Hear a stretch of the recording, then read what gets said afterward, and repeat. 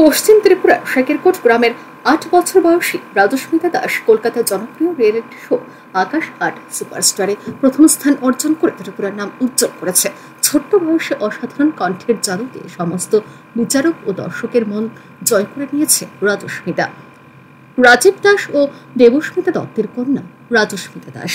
মায়ের কাছ থেকে সঙ্গীতের প্রাথমিক তালিম পেয়েছে রাজস্মিতা।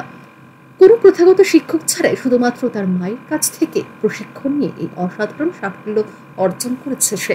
রাজস্মিতার এই সাফল্যের জন্য তাকে অভ্যর্থনা জানান কমলাশেখর বিধানসভা কেন্দ্রের বিধায়িকা অন্তরা সরকার দেব। খুদে সঙ্গীত শিল্পী রাজস্মিতা দেখিয়ে দিল অদম্য ইচ্ছে, শক্তি ও চেষ্টার মাধ্যমে যে কোনো মঞ্চকে জয় করা সম্ভব।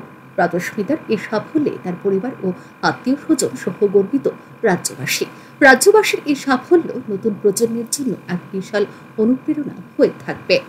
Bureau report, RE news.